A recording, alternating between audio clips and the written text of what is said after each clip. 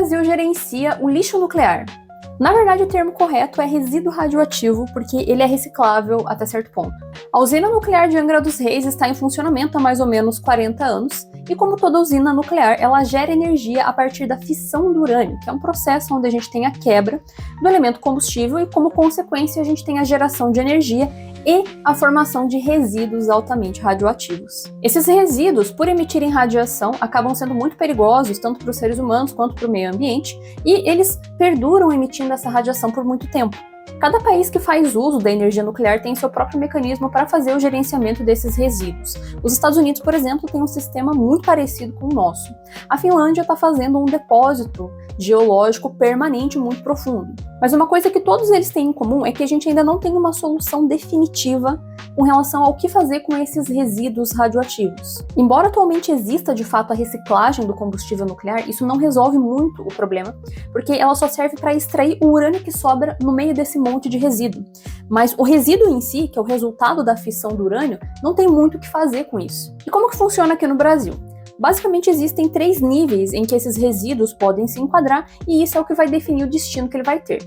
Os resíduos de baixa radioatividade, que incluem roupas, ferramentas, pequenas peças, são armazenados em tambores identificados e rastreados que ficam em um depósito com acesso restrito e monitoramento 24 horas por dia. Já os resíduos de média radioatividade, que são os materiais como filtros de sistema primário da piscina do reator, peças que ficam em contato direto, são armazenados em tambores mais espessos e resistentes, empilhados em um depósito semelhante, mas com um reforço adicional nas barreiras de segurança. E por fim, os resíduos de alta radioatividade, que é o combustível nuclear usado de fato. Inicialmente, ele é armazenado dentro da piscina de resfriamento do reator próximo ao núcleo. A água da piscina atua como uma blindagem contra a radiação e também ajuda a resfriar os resíduos que continuam gerando calor mesmo após o uso.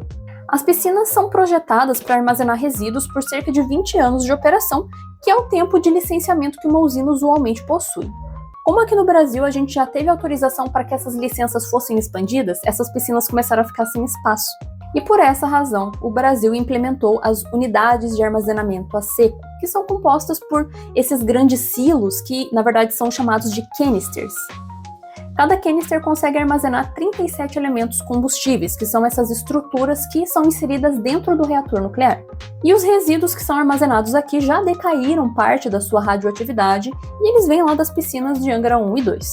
A transferência desses resíduos foi um processo extremamente cuidadoso e foi necessário, por exemplo, abrir um recorte na parede do prédio do reator de Angra 1 para conseguir retirar os elementos combustíveis. Esse recorte, inclusive, está exposto na frente de Angra 1 para mostrar a espessura das paredes e demonstra uma das barreiras de segurança da usina.